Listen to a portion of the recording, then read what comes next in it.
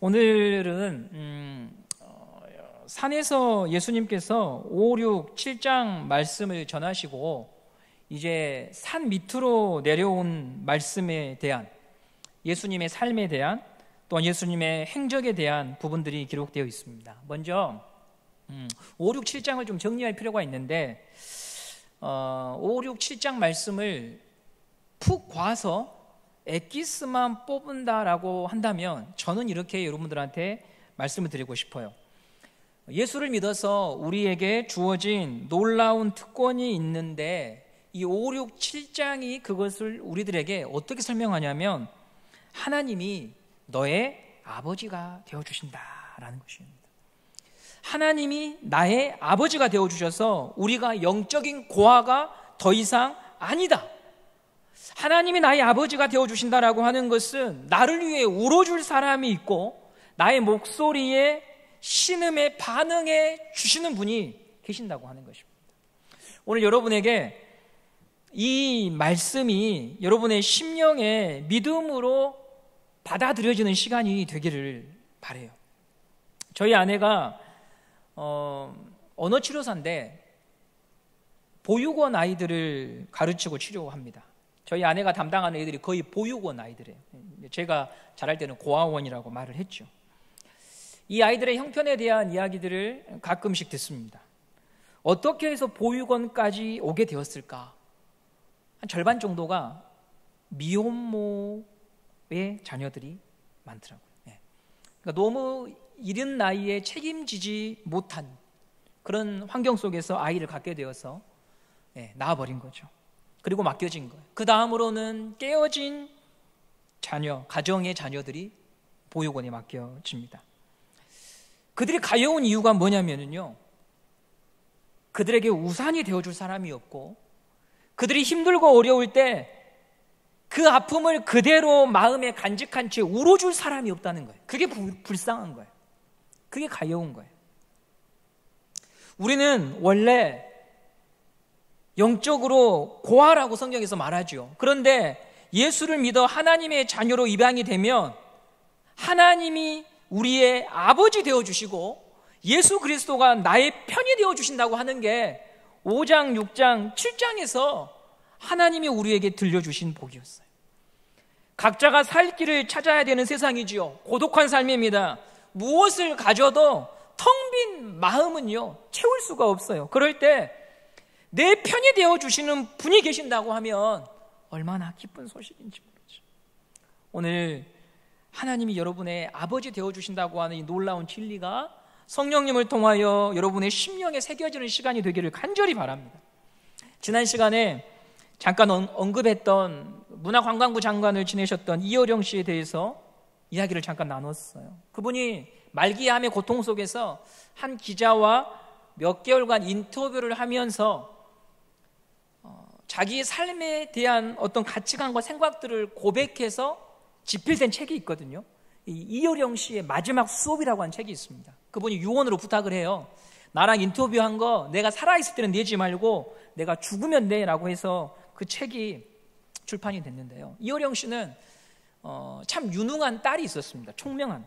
미국에서 변호사이고 목사로서 사역을 했거든요. 그런데 이 딸이 암으로 먼저 죽습니다. 딸이 아플 때 아버지로서 느끼는 그 처절한 고통은 사실 누구도 알 수 없죠. 어떤 부모가 자식이 아프면 가만히 있을 수 있겠어요. 그런데요, 이 이어령 씨가 그런 딸의 아픔을 바라보면서 깨달은 게 뭐냐면 딸의 아픔은 딸의 것이지 내가 대신 아파해 줄 수 없다고 하는 것을 그가 알게 됐습니다. 그래서 그가 지은 책에 보면, 마지막 수업이라고 하는 책에 보면 이런 문구가 있습니다. 잠시 한번 그 문구를 보도록 하겠습니다. 우리는 영원히 타인을 모른다. 다만 안다고 착각할 뿐 내가 어머니를 아무리 사랑해도 어머니와 나 사이에는 엷은 막이 있다. 절대로 어머니는 내가 될 수 없고 나는 어머니가 될 수 없다. 목숨보다 더 사랑해도 어머니와 나의 고통은 별개다. 냉정한 말인 것 같지만은요, 이게 사실은 우리 모든 사람들이 처해 있는 상황 아닙니까? 사랑해도요, 그 막을 뚫을 수는 없어요. 그런데 그 막을 뚫고 들어오신 분이 바로 예수님이에요. 이게 기독교의 신비예요. 골로새서에서 바울이 참 놀라운 말씀을 합니다. 골로새서 1장 26절, 27절 말씀을 한번 보도록 하겠습니다. 우리 한번 같이 이 본문의 말씀을 읽어보겠습니다. 시작. 이 비밀은 만세와 만대로부터 감추어졌던 것인데 이제는 그의 성도들에게 나타났고 하나님이 그들로 하여금 이 비밀의 영광이 이방인 가운데 얼마나 풍성한지를 알게 하려 하심이라. 이 비밀은 너희 안에 계신 그리스도니 곧 영광의 소망이니라. 하나님께서 우리에게 허락하신 예수 그리스도, 이분은 오랜 시간 동안 감추어졌던 비밀인데 그것이 이제 허락되었고 그분이 지금 너희들 안에 있다고 바울이 증언해요. 누구도 뚫을 수 없는 그 막을 뚫어서 내 안에 들어오시고 우리 안에 들어오신 예수님, 그분이 바로 우리의 주님이라고 하는 거죠. 오늘 우리가 어떤 형편에 있든지 나에게 아버지가 있다고 하는 사실, 내 편이 되어주시는 주님이 있다고 하는 사실, 나와 인간적으로 중마고우이고 40년 지기 50년 지기 평생을 살았지만 그 막을 뚫고 들어오지 못한 인간관계가 있음에도 그 막을 뚫고 들어오신 예수님, 그분이 오늘 내 가운데 우리 가운데 있다고 하는 것을 여러분이 오늘 성령님을 통하여 누리시고 믿을 수 있는 시간이 되기를 바랍니다. 그게 5, 6, 7장의 결론이에요. 제가 봅니다. 그것이 믿어져야 5장, 6장, 7장에서 말씀하시는 예수님의 권면이 우리의 것이 되는 거예요. 이제 8장의 말씀을 살펴보겠는데요, 8장에는요 5가지의 예수님의 이적이 기록되어 있고 오늘 우리는 2가지를 읽었었습니다. 여러분이 가지신 성경책을 한번 보시면은요 8장 1절에서 4절까지는 성경책마다 요즘은 잘 주제가 적어져 있거든요. 그 위에 누가 나오냐면 나병 환자가 나오죠. 우리가 한센병이라고 말을 합니다. 성경에서 말하는 나병은요 한센병, 문둥병만을 의미하는 게 아니고 이 나병이라고 쓰여진 단어가 구약에서는 각종 피부질환 전체를 의미해요. 그러니까 예를 들면 건선이라고 해가지고 피부가 갈라지는 것들, 또 버짐, 곰팡이, 종기, 이 모든 게 다 이 나병으로 다 표현이 되었습니다. 당시에는 약이 없어서 천형이다, 하늘의 형벌이다 라고 여겨졌고 낫지 못하면 평생을 격리되어 살아야 했습니다. 오늘 우리 가운데에도 7일 정도 격리되어 보신 분들 계시죠? 이런 문명사회에서도 7일간 격리되어 지내는 것도 참 답답하고 어려운데 평생을 격리되어 살아가야 되는 이 나병 환자들, 대단히 무서운 질병이죠. 바로 이 병에 걸린 자가 예수님 앞으로 나온 사건이 1절에서 4절 사건입니다. 그리고 그 다음에 이어서 5절부터 13절까지 말씀을 보시면 누가 나오냐면 잘 들어보셨던, 많이 들어보셨던 백부장의 종의 치유 사건이 나옵니다. 백부장은 로마 군인 장교지요. 이스라엘은 로마의 압제 속에 살았습니다. 그러니까 로마 군인들이 이스라엘 마을과 도로를 활보하고 다녔지요. 여러분이 이 장면을 좀 그려보려면 일제시대를 배경으로 한 드라마나 영화를 떠올리시면 도움이 됩니다. 조선의 땅에 일본 순사들이 칼을 차고 말을 타고 활보를 합니다. 그게 바로 이 배경입니다.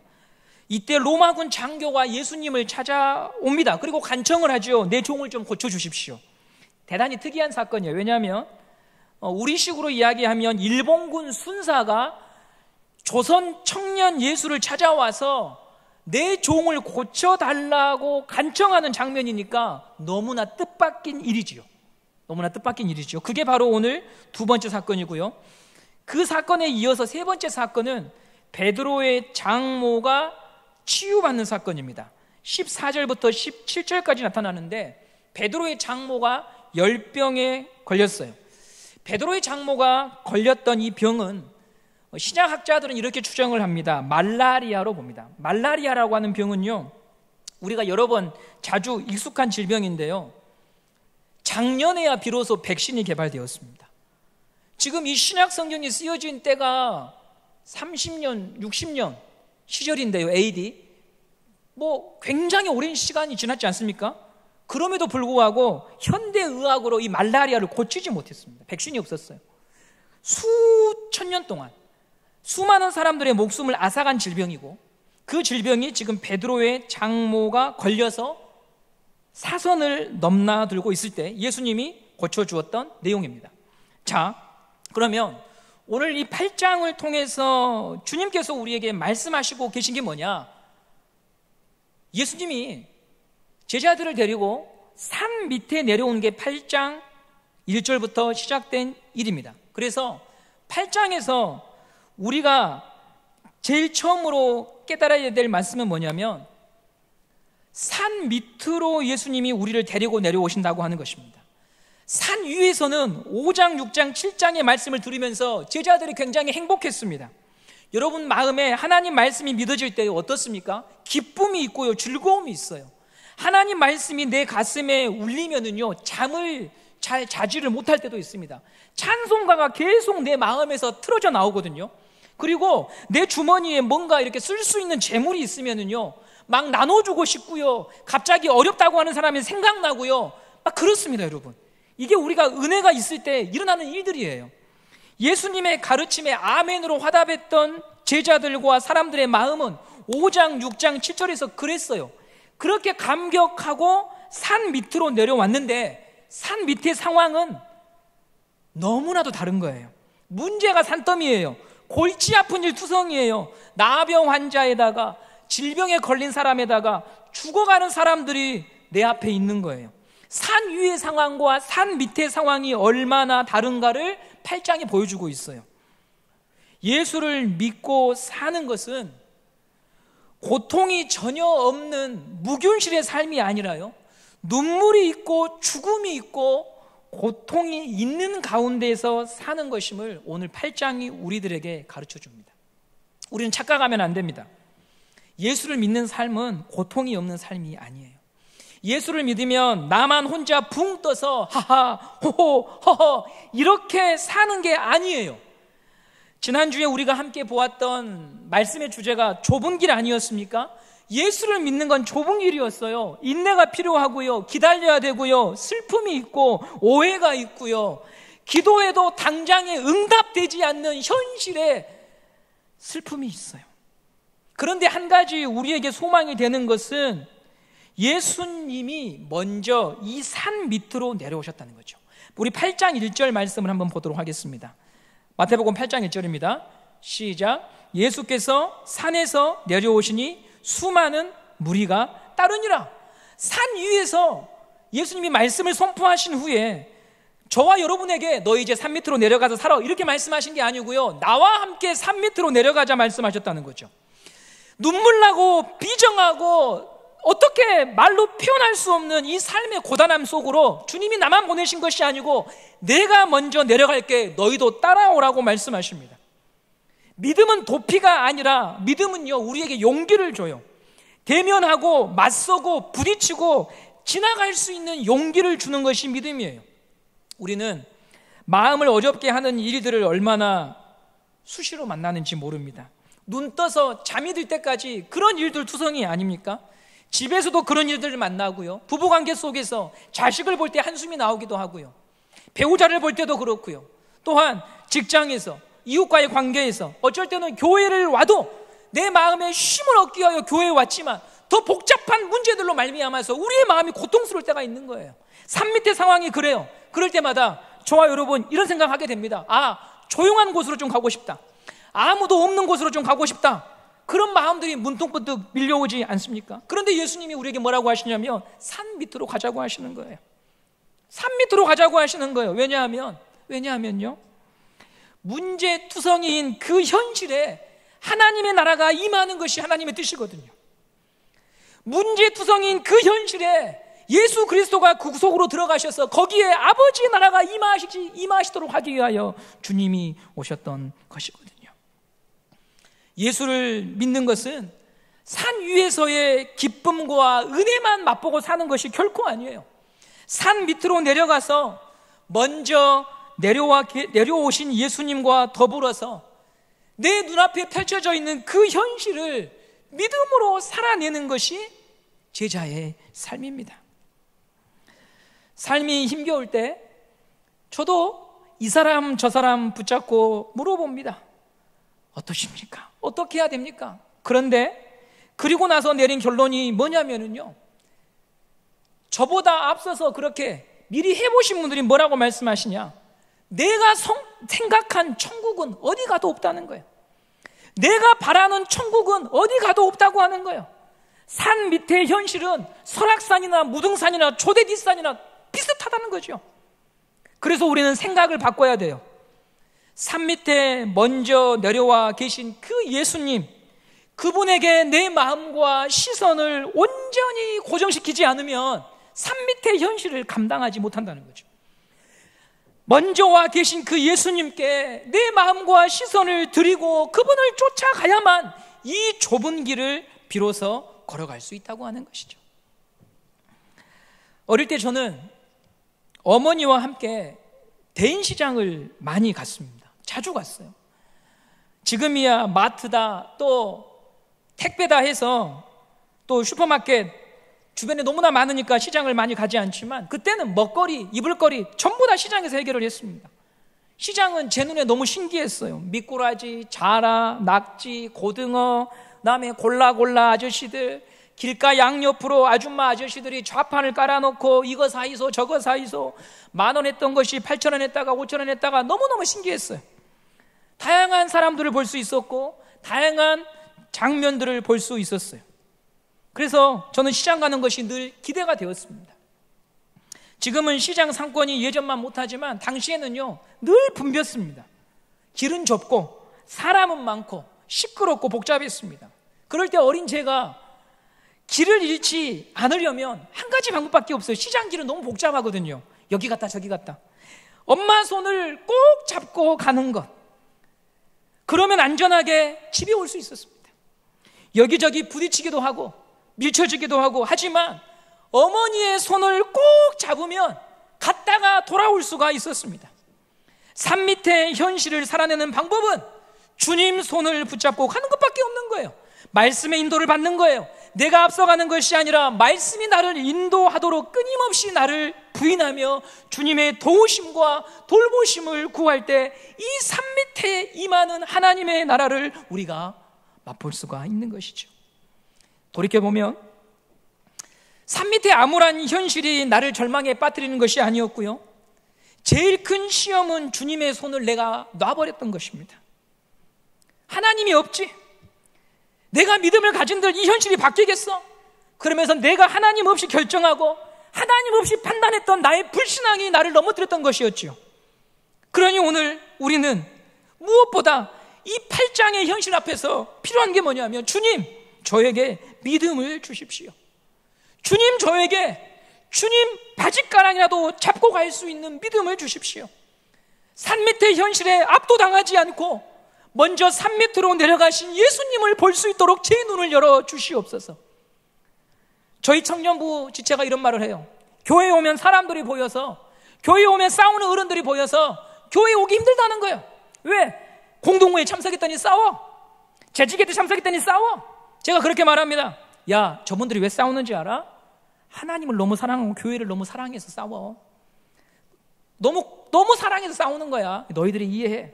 그러나 여러분, 우린 사람이기 때문에 말은 마저도 일단 보는 것이 우리 눈에 걸리지 않습니까? 제가 그렇게 얘기했습니다. 힘들지, 사람들 때문에. 근데 우리 이때 내 눈을 열어서 내가 이곳에 와서 예배하는 이유가 사람 때문이 아니라 주님 때문이라고 하는 거, 그거 믿음으로 고백할 수 있는 기회로 삼자. 사람 때문에 내가 드려야 될 예배를 포기하지 말고, 내가 사람 보러 여기 나온 것이 아니라 하나님 보기 위하여 나왔으니까 하나님 제 예배를 받아주십시오. 제 믿음을 받아주십시오. 제가 주님 앞에 예배하러 나왔습니다. 그렇게 나아가자. 나보다 먼저 이 산 밑으로, 우리 교회 안으로, 내 삶의 현장으로, 우리 가정으로, 직장으로 오신 예수 그리스도, 그분 때문에 우리는 예배하는 것이고, 그분 때문에 하나님을 바라보는 것이고, 그분 때문에 우리가 삶을 포기하지 않은 것입니다. 여러분, 우리의 손을, 주님을 잡은 손을 놓지 마십시오. 그리고요,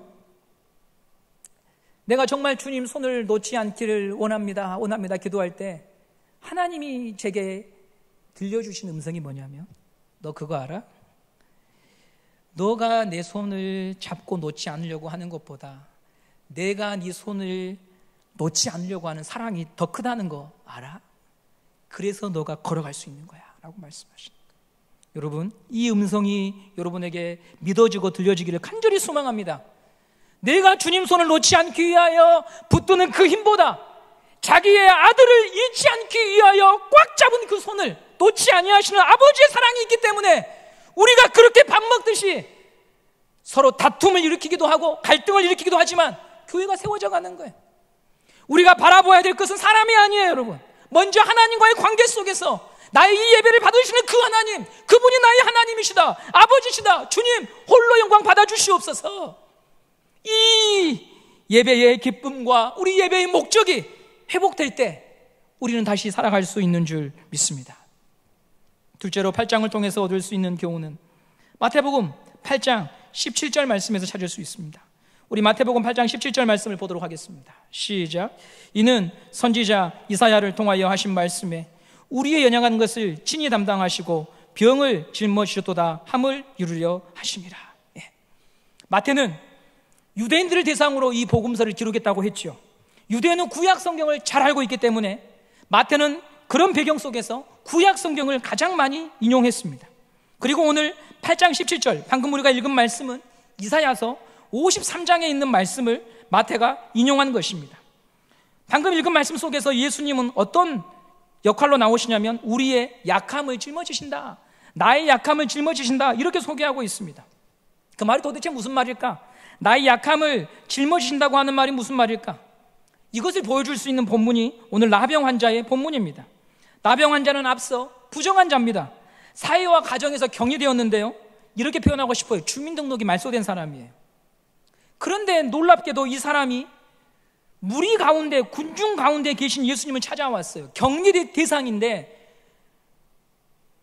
무리 속에 올 수가 없는데 이런 행동은 돌에 맞아 죽는 위험천만한 일인데 예수님을 찾아왔습니다. 그리고 그가 예수님께 이렇게 말을 합니다.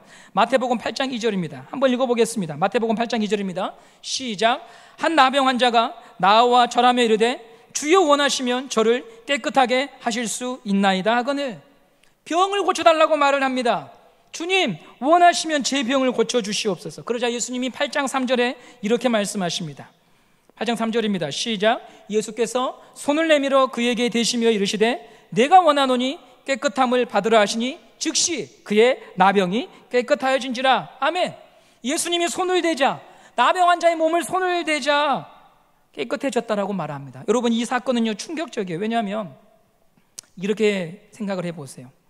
코로나 환자를 치료하는 의사가, 코로나 환자를 진료하는 의사가 마스크를 벗고 진료한다고 생각을 해보세요. 환자가 재채기하고 콧물을 흘리는데 맨손으로 마스크 없이 진료하고 있는 거예요. 그러면 그 뒤에서 이 광경을 보고 있는 사람들이, 환자들이 뭐라고 생각하겠어요? 아니, 감염되면 어떻게 하려고? 도대체 왜 저런 행동을 하는 거지? 하면서 눈이 동그래질 겁니다. 지금 그 장면이에요. 나병 환자는 부정하기 때문에 예수님께서 손을 대면 안 되는데 나병 환자를 접촉하고 계셔요. 율법의 규정을 몰라서가 아닙니다. 누구보다 율법의 규정을 잘 알고 계신 예수님이 지금 그런 행동을 하고 계셔요. 자, 그러면 어떤 결과가 벌어집니까? 율법대로 하면 즉시로 부정한 사람이 되는 거죠. 부정하다고 하는 것은 단지 바이러스에 감염이 된다라고 하는 게 아니라 이스라엘 사람들의 모든 모임과 조직 속에서 배제가 돼야 됩니다. 제일 중요한 것은 성전의 예배에 참여할 수가 없어요. 이게 제일 중요한 거예요. 이스라엘 사회는 종교 중심 사회입니다. 성전을 중심으로 사회가 돌아갑니다. 그런데 이 제사에 참여할 수 없다고 하는 것은 살아 있어도 죽은 자예요. 대단히 심각한 일이죠. 예수님이 부정한 자가 된 거죠. 그런데 오늘 본문 말씀 8장 3절을 다시 한번 읽어보도록 하겠습니다. 8장 3절입니다. 시작. 예수께서 손을 내밀어 그에게 대시며 이르시되 내가 원하노니 깨끗함을 받으라 하시니 즉시 그의 나병이 깨끗하여진지라. 아멘. 나병이 깨끗하여졌습니다. 예수님이 부정한 자가 되는 방향으로 사건이 흘러가지가 않고 부정한 자가 정결케 되는 일이 일어났습니다. 이것이 바로 나의 약함을 짊어졌다고 하는 이사야 선지자의 말씀입니다. 나의 부정함을 예수님께서 대신 뒤집어 쓰시고 동시에 예수님의 정결함을 나에게 선물로 부어주시는 것, 그게 바로 예수님이 나를 위해 하신 일이었습니다. 십자가에서 바로 그 일을 하신 것입니다. 예수님이 십자가에서 처참하게 죽으신 이유는 나의 더러움과 추함과 범죄함을 자기가 뒤집어 쓰시고 나에게는 자기의 의로움과 거룩함과 정결함을 부어주신 것입니다. 예수님은 이처럼 우리를 새롭게 하시는 분이십니다. 나의 약함과 부정함을 대신 짊어지시고 내게 하나님의 자녀로 살아갈 수 있는 권리와 능력을 주시는 분이 예수님입니다. 누구든지 예수를 영접하고 믿을 때 십자가의 사건이 오늘 나의 사건이 되는 것입니다. 그러므로 내 힘으로 어떻게 할 수 없는 문제, 염려, 걱정과 고민을 가지고 우리가 다시 하나님 앞에 나아가야 하는 이유는 그분은 나의 부정함과 나의 추함과 더러움과 문제를 정결케 하실 수 있는 유일한 하나님의 아들이시기 때문입니다. 그래서 우리는 예배 가운데 나오는 것입니다. 그래서 사람이 내 마음에 걸리고 그가 했던 말이 내 마음에 걸려도 우리가 예배를 포기하지 않는 이유는 그분이 바로 고치실 수 있는 유일한 하나님의 아들이시기 때문입니다. 그러므로 내 힘으로 어떻게 할 수 없는 문제와 염려와 걱정과 고민이 있을 때 예배를 포기하는 길로 가지 마시고, 여러분, 그 사람이 여러분의 신앙을 책임져 주는 거 아니지 않습니까? 그 사람이 여러분의 인생을 구원시켜 주는 거 아니지 않습니까? 우리가 예배를 포기할 이유가 없는 것입니다. 오히려 그런 문제들 속에서 갑갑하고 답답하기 때문에 나는 주님이 필요합니다라고 나와야 하는 것입니다. 나병 환자가 예수님 앞으로 나아올 때 주변 사람들이 수군거리지 않았겠습니까? 저 사람 보라고 얼마나 걸림돌이 많았겠습니까? 얼마나 가슴에 못이 박힌 이야기들이 많이 들렸겠습니까? 그러나 그 나병 환자는 예수님만 보고 나왔던 것입니다. 우리에게 필요한 것은 바로 그 믿음입니다. 주님만이 해결할 수 있습니다. 주님만이 고칠 수 있습니다. 주님의 손대심과 만지심이 저에게는 필요합니다. 주님, 저들의 천마디 수천마디 만마디의 말이 아니라 네 믿음대로 될지어다 라고 말씀하시는 그 주님의 음성이 저를 살릴 수 있음을 믿기에 제가 주님 앞에 나아갑니다. 여러분, 우리가 예배 속에서, 우리가 교우들의 관계 속에서 사람들의 말만 들리면 교회 나올 필요가 없습니다. 왜? 그 말은 우리가 교회 오지 않아도 다 듣는 말입니다. 어디 가나 들을 수 있는 말입니다. 우리에게 필요한 건 나를 지금 살리시는, 나를 긍휼히 여기시는, 내가 원하노니 네가 나음을 입을지어다, 내가 너를 사랑한다, 내가 너의 편이다라고 말씀하신 그 주님의 음성이 우리에게 필요한 것입니다. 우리는 오늘 그 음성 때문에 여기 나온 것입니다. 오늘 강단을 통하여 하나님의 그 살아계신 음성이 여러분의 심령에 들리기를 간절히 축원합니다. 마지막으로 예수님께서 손을 내밀어 나병 환자를 고치시는 장면에서 예수님이 한없는 사랑과 긍휼을 봅니다. 우리도 누군가를 사랑합니다. 여러분도 자식들 사랑하지요, 배우자 사랑하지요, 혈육들 사랑하지요, 친구를 사랑하고 부모를 사랑합니다. 그런데 우리가 하는 사랑은 대단히 이기적인 사랑이라는 것, 그게 솔직한 고백입니다. 저는 제 두 아들을 사랑합니다. 그런데 제 사랑이 참 혀를 찰만한 그런 사랑이라고 하는 것을 본 적이 있어요. 예를 들어 오늘 수요일날 설교를 하려면 어제부터 설교 준비를 해야 됩니다. 제 방에 들어가서 설교문을 작성해야 됩니다. 그러면 두 아들이 방에 들어와서 아침부터 저녁까지 있었던 일들을 조잘조잘 막 얘기합니다. 저희 집에서 저희 아내와 제가 제일 많이 하는 말 중에 하나가 말 좀 그만해라. 여러분, 제가 두 아들을 사랑한다고 하면서 두 아들이 하고 싶은 그 이야기를 들어주지 못합니다. 조용 좀 해라, 아빠 설교 준비해야 된다, 시끄러워, 나가. 그래놓고 여러분, 저는 또 뭐라고 말합니까? 나는 너희들을 사랑해. 이게 바로 우리의 사랑의 모습 아닙니까? 자식의 입장에서 사랑하는 것이 아니라 항상 내 입장에서 사랑하는 거죠. 내가 사랑한다고 하는 그 사람에게 내 입장에서 사랑하기 때문에 그 사람이 내 마음에 틀어진 일을 하면 우리는 언제든 원수를 선포해버립니다. 그게 우리가 하는 사랑의 모습들 아닙니까? 근데 여러분, 예수님은 어떻습니까? 나병 환자의 입장에서 사랑해 주십니다. 나병 환자가 살아가면서 가장 그리워하는 게 뭘까요? 누군가의 손길이죠. 누군가 내 몸에 한번 터치해 주는 거죠. 누군가 내 머리를 한번 쓰다듬어 주는 거죠. 누군가 내 손을 한번 잡아주는 거죠. 누군가 내 등을 토닥이면서 괜찮다고, 울지 말라고 하는 그 터치 아닙니까? 예수님이 손 내밀어 주신 것은 바로 그 이유 때문입니다. 가장 깊은 곳에 있는 그의 상처와 절망과 슬픔을 어루만지시며 너는 환자가 아니라 너는 나에게 사랑받는 존재고 너는 내 앞에 있는 하나님의 형상이라고 주님이 그 손길을 통하여 말씀해 주신 것입니다. 사연 없는 인생이 없죠. 나이가 어려도 노년에 계신 어른들도 다 우리에게는요, 가슴에 다 말할 수 없는 인생의 사연이 한 보따리씩 다 있습니다. 그거 누가 풀어줄 수 없습니다. 그거 누가 해결해 줄 수 없습니다. 누구를 붙잡고 하소연해도 그거 풀어내지 못합니다. 그런데 우리 예수님께서는 그 인생의 보따리로 꽁꽁 싸매놓은 아픔과 상처와 눈물을 하신다는 거죠. 주님은 자기 입장에서 사랑하시는 것이 아니라 나의 입장에서 사랑해 주시는 분이라고 하는 것이죠. 그러므로 우리는 주님께 알아야 하는 것입니다. 산 밑으로 내가 있는 곳으로 찾아오신 예수님의 손길만이 나를 고치실 수 있다고 하는 믿음으로 우리는 그분 앞에 나가야 하는 것입니다.